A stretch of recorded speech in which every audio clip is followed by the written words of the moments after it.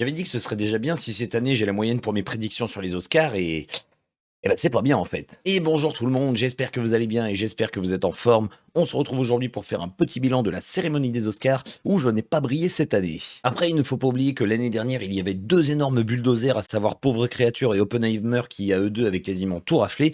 Là, cette année, bah, c'était extrêmement compliqué et j'ai l'impression que ça a été le cas pour beaucoup de youtubeurs cinéma, étant donné que bah, il y avait pas vraiment un film en particulier qui se démarquait. Ce qui a donné lieu, notamment dans certaines catégories, à des votes qui sont partis totalement dans tous les sens avec les gens qui ne savaient absolument pas pour qui voter, là où certaines catégories, bon, c'était un petit peu plus évident, on va dire. Et globalement, quand je regarde les résultats, même si cette année j'ai uniquement 9 sur 19, là où l'année dernière j'avais 16 sur 19, bah je trouve que c'est pas si mal réparti et je trouve que les films qui ont remporté les Oscars le méritaient globalement. Même si on a quand même eu droit à quelques grosses surprises. Nous allons donc revenir ensemble sur les résultats de ces Oscars 2025 qui était la 97e édition et je vais revenir par contre dans l'ordre dans lequel moi j'ai tourné la vidéo précédente. Nous commençons donc avec le meilleur film d'animation. Je vais bien évidemment vous rappeler à chaque fois les différents films qui étaient nominés dans cette catégorie. Les nommés étaient donc ici les films Flo, Mémoire d'un escargot, Le robot sauvage, Vice Versa 2 et Wallace et Gromit, La palme de la vengeance. J'avais dit qu'il y avait 3 winners potentiels entre Flo, Le robot sauvage et Vice Versa 2. Moi j'avais remis personnellement mon Oscar à Vice Versa 2,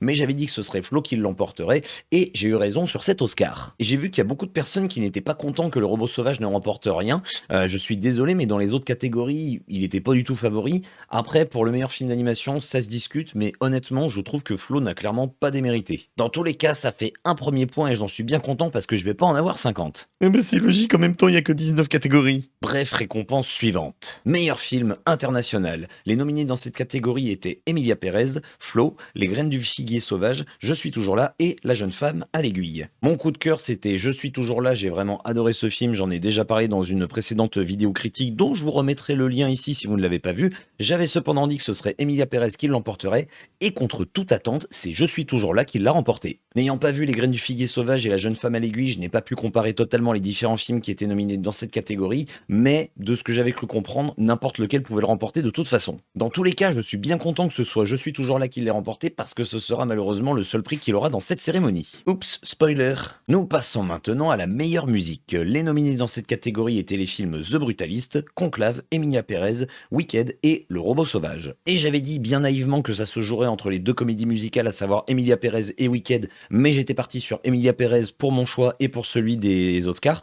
Et bien évidemment, bah, c'est pas ça qui s'est passé du tout, c'est The Brutalist qui a remporté la récompense. Pas forcément démérité, je me rappelle de quelques passages, même si honnêtement, je vous cache pas que The Brutalist, je crois que j'en avais parlé très rapidement, mais j'en garde pas un énorme souvenir. Ensuite, meilleure chanson originale. Les nominés dans cette catégorie étaient la chanson El Mal pour Emilia Pérez, The Journey pour Messagère de guerre, Like a Bird pour le film Sing Sing, Mi Camino de nouveau pour Emilia Pérez et Never Too Late du film documentaire Elton John Never Too Late. Et ici, il n'y a eu absolument aucune surprise pour qui que ce soit, tout le monde était parti sur El Mal pour le film Emilia Pérez, c'était mon choix personnel et j'avais dit que l'Académie récompenserait ce morceau, et c'est exactement ce qui s'est passé. Je sais plus si je l'avais dit, mais j'avais trouvé que globalement cette année, les morceaux qui étaient proposés étaient assez fades, alors qu'il y avait moyen d'en mettre d'autres clairement. Un truc tout con, mais Mi Camino pour Emilia Pérez, je trouve pas que c'est le morceau dont on se rappelle le plus.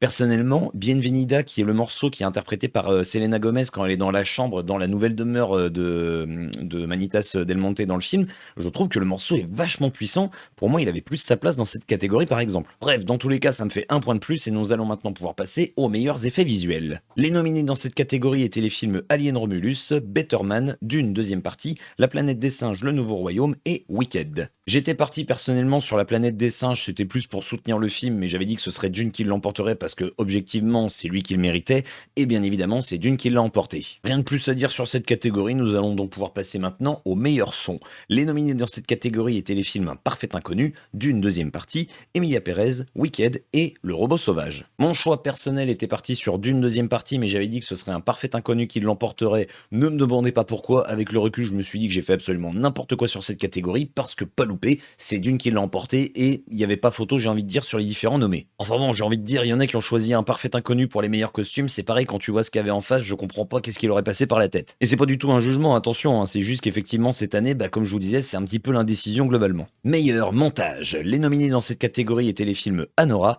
The Brutalist, Conclave, Emilia Pérez et Wicked. J'étais pas très inspiré dans cette catégorie, j'étais parti sur The Brutalist pour mon choix perso et pour le choix de l'Académie, et c'est pas du tout ce qui s'est passé, c'est Anora qui l'a emporté. Et en vrai, même si The Brutalist apparemment était un favori, je trouve qu'on peut difficilement critiquer ce choix dans la mesure où tous les films qui sont proposés justement dans cette catégorie, c'est pas du tout le même genre, ils sont tous totalement différents dans leur façon d'être montés. Il y a que Wicked qui est peut-être un petit peu en dessous selon moi, mais pour le reste, n'importe lequel en fait pouvait le remporter. Nous arrivons maintenant à la catégorie meilleure photographie. Les nominés dans cette catégorie étaient les films The Brutalist, Dune deuxième partie, Nosferatu, Emilia Pérez et Maria. J'étais parti personnellement sur le film Maria, non seulement pour le soutenir, mais également parce que je considérais qu'il le méritait. Je trouve qu'il y a une très belle photographie dans le film. J'avais dit cependant que ce serait The Brutalist qui l'emporterait, et c'est The Brutalist qui a remporté l'Oscar. Pareil ici, pas démérité, mais ça pouvait être clairement n'importe lequel. Dune avait une très belle photographie, Nosferatu avait quelques trucs d'intéressants, Emilia Pérez pareil, même si c'est encore une fois dans un registre différent. Donc j'ai envie de dire next. J'en suis où là pour l'instant? Ah ouais, 4 sur 8. Ah bah c'est bien, j'ai encore la moyenne là. Meilleur maquillage et coiffure, j'avais oublié de le préciser dans la vidéo précédente. Les nominés dans cette catégorie étaient les films A Different Man, Emilia Pérez, Nosferatu, The Substance et Wicked. Mon choix personnel c'était Wicked et je considère encore aujourd'hui que c'était lui vraiment qui méritait la récompense. J'étais parti sur The Substance parce que comme je vous l'avais dit, je sais pas, un feeling, je le sentais comme ça. Mais honnêtement, je sais pas vous, mais moi The Substance, alors d'une, bon j'ai moyennement apprécié déjà le film, mais de deux, au niveau des maquillages, je suis désolé, mais je trouve qu'il y a absolument rien d'incroyable. Ouah, des prothèses qui ressemblent à des prothèses des années 80, mais j'ai envie de dire, même dans le film La Mouche, on fait mieux, quoi. Je suis peut-être un petit peu méchant, mais honnêtement, c'est vrai, hein. Gna gna gna, Mister Momouche, bah c'est un gros con, on va boycotter. Nous passons maintenant aux meilleurs costumes. Les nominés dans cette catégorie étaient les films Un Parfait Inconnu, Conclave, Gladiator 2, Nosferatu et Wicked. Mon choix personnel, c'était Wicked, mais je pensais que ce serait Conclave qui l'emporterait, et contre toute attente, j'ai envie de dire entre guillemets, eh bien c'est Wicked qui l'a emporté. Et comme je le disais tout à l'heure, je vois pas comment il y en a certains qui ont pu penser que ce serait Un Parfait Inconnu juste avec des costumes d'époque qui l'emporterait. Alors vous allez me dire, Nosferatu fait un peu pareil. Oui, c'est vrai, donc c'est pour ça que je considère qu'il est pas plus méritant qu'Un Parfait Inconnu, mais entre Conclave, Gladiator et Wicked, ce sont vraiment les trois seuls films qui proposent vraiment des costumes un petit peu différents de ce qui peut se faire en temps normal. Dans tous les cas, même si je suis content que ce soit Wicked qui l'a emporté, j'ai quand même un point de moins pour mes pronostics. Nous allons donc pouvoir passer à la catégorie suivante. Meilleur décor. Les nominés dans cette catégorie étaient les films The Brutalist, Conclave, Dune deuxième partie, Nosferatu et Wicked. C'était une des catégories où j'ai eu le plus de mal à me décider. J'étais parti personnellement sur Wicked sans croire absolument qu'il pourrait l'emporter. J'avais dit que ce serait The Brutalist qui remporterait cette catégorie, et c'est finalement Wicked qui a gagné l'Oscar. Même si, comme je le disais, au niveau des décors, c'était tellement différent ce qui était proposé entre les différents films que c'était quasiment impossible entre guillemets à prédire en étant certain que ce soit ça la bonne réponse. Nous nous rapprochons des dernières catégories et nous enchaînons avec le meilleur scénario adapté. Les nominés dans cette catégorie étaient les films Conclave, Emilia Pérez, Un Parfait Inconnu, Sing Sing et Nickel Boys. J'étais personnellement parti sur Sing Sing parce que je voulais soutenir le film même si j'y croyais pas vraiment, j'avais dit que ce serait Conclave qui l'emporterait et c'est Conclave qui a bien évidemment remporté le meilleur scénario adapté. Et après le meilleur scénario adapté, on passe au meilleur scénario original. Les nominés dans cette catégorie étaient les films Anora, The Brutalist, A Real Pain, 5 septembre et The Substance. J'étais parti encore une fois surtout pour le soutien sur le film 5 septembre, même si pour moi il n'y avait rien à faire dans cette catégorie, il aurait plutôt dû être dans la catégorie meilleur scénario adapté, mais bon bref c'est pas grave, passons. J'avais donc dit que ce serait The Brutalist qui remporterait l'Oscar du meilleur scénario original, et c'est finalement Anora qui l'a emporté. Et à l'époque j'avais pas vu A Real Pain quand j'ai tourné la vidéo, honnêtement après l'avoir vu j'étais là, c'était hyper compliqué pour moi, ça pouvait être clairement un petit peu n'importe lequel qui l'emporterait, à part The Substance où j'y croyais pas trop personnellement. Il y en a pas mal qui le voyaient en potentiel gagnant, notamment par rapport à des récompenses qu'il avait eu dans d'autres festivals. Moi personnellement, comme je vous dis, c'est peut-être le fait que j'ai pas trop apprécié le film qui me l'avait fait mettre un petit peu de côté, mais pour moi, ils pouvaient tous globalement le remporter. Et donc globalement, pas déçu pour le film Anora qui a fait son petit bout de chemin dans la cérémonie. Nous arrivons désormais dans les acteurs et actrices et nous allons commencer avec la meilleure actrice dans un second rôle. Les nominés dans cette catégorie étaient Monica Barbaro, Ariana Grande, Felicity Jones, Isabella Rossellini et Zoé Saldana. Alors juste avant la cérémonie, il y avait plein de gens qui commençaient à parler de Ariana Grande, alors personnellement ça m'aurait pas dérangé, je pense, mais j'étais parti sur Zoé Saldana pour mon choix perso et pour le choix de l'Académie. C'était une évidence et c'est bien évidemment Zoé Saldana qui a remporté l'Oscar de la meilleure actrice dans un second rôle. Et je trouve personnellement que c'est totalement mérité. Du côté des acteurs, pour le meilleur second rôle, nous avions Yura Borisov et non pas Yuri comme je l'avais dit dans la vidéo précédente, Kieran Culkin, Edward Norton, Guy Pearce et Jeremy Strong. Mon choix personnel c'était Jeremy Strong et il a été extrêmement déçu visiblement quand il a vu qu'il n'a pas reçu la récompense. J'avais dit que ce serait Kieran Culkin qui l'emporterait même si je n'avais pas encore vu A Real Pain.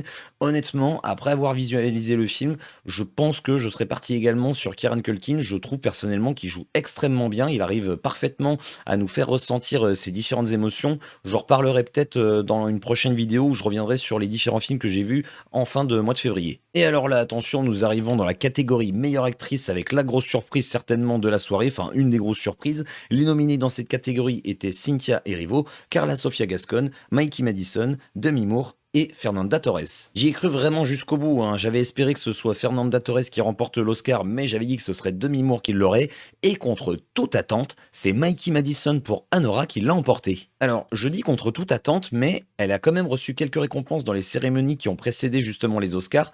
Il y avait plusieurs clientes potentielles pour cet Oscar.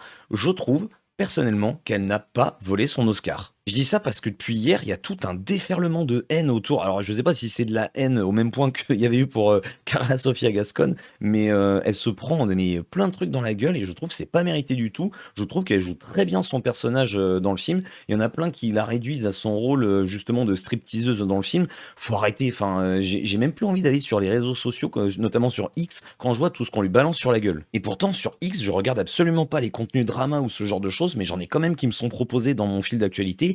Donc, quand je vois un petit peu ça, bah, ça m'énerve un petit peu, quoi. Et après l'Oscar de la meilleure actrice, nous passons maintenant à celui du meilleur acteur. Les nominés dans cette catégorie étaient Adrien Brody, Timothée Chalamet, Colman Domingo, Ralph Fiennes et Sébastien Stan. Mon choix perso, même si je n'y croyais pas trop, c'était Colman Domingo. C'était pareil une fois de plus pour le soutien, même si personnellement, si j'avais dû voter en toute objectivité, je serais quand même allé sur lui. Mais l'Académie a choisi de récompenser Adrien Brody, ce qui était logique. Enfin, quand je dis logique, c'est que tout le monde s'attendait à ce que ce soit lui qui l'emporte, même si moi, comme je vous le disais, je trouve que ça ressemble extrêmement au rôle qu'il avait dans le film Le Pianiste.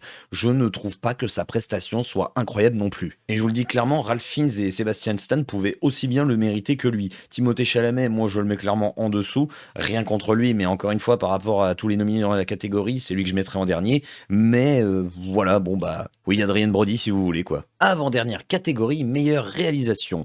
Les nominés étaient Jacques Audiard pour Emilia Pérez, Sean Baker pour Anora, Brady Corbet pour The Brutalist, Coralie Farja pour The Substance et James Mangold pour Un Parfait Inconnu. Mon choix perso c'était Jacques Audiard et j'avais dit que l'Académie récompenserait également Jacques Audiard.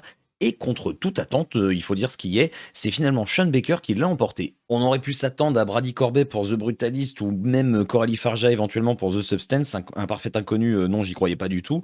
Sean Baker, clairement, c'était possible, je m'y attendais pas du tout, je trouve encore une fois que ce n'est pas démérité. C'est un bon film, Anora, voire même un très bon film, on en a très peu parlé je trouve récemment, on en a surtout parlé quand il est passé au Festival de Cannes. Après, suite à ça, il y a eu une petite hype qui est vite redescendue, j'ai trouvé, mais globalement, c'est un film, je trouve, devant lequel on passe un très très bon moment. Si on prend la peine de ne pas s'arrêter aux 15-20 premières minutes en pensant naïvement que tout le film se déroulerait de cette façon. Et nous arrivons enfin à la dernière catégorie, à savoir le meilleur film de l'année. Les nominés étaient Anora, The Brutalist, Conclave, Dune deuxième partie, Emilia Pérez, Je suis toujours là, Nickel Boys, Un Parfait Inconnu, The Substance et Wicked. Mon choix du cœur, c'était bien évidemment Je suis toujours là, même si je n'y croyais pas vraiment très honnêtement. J'avais dit que ce serait The Brutalist qui l'emporterait, et c'est finalement, encore une fois, Anora qui a remporté l'Oscar du meilleur film. Et encore une fois, par rapport à tout ce qui est proposé dans la sélection, je trouve que c'est pas démérité, c'est juste que je m'y attendais pas du tout. Et le fait que ce soit pas forcément un film marquant, entre guillemets, à proprement parler, bah n'enlève rien à sa qualité. J'ai envie de dire, il y a The Substance par exemple, qui, malgré le fait que je n'aime pas, bah ça reste quand même un film marquant.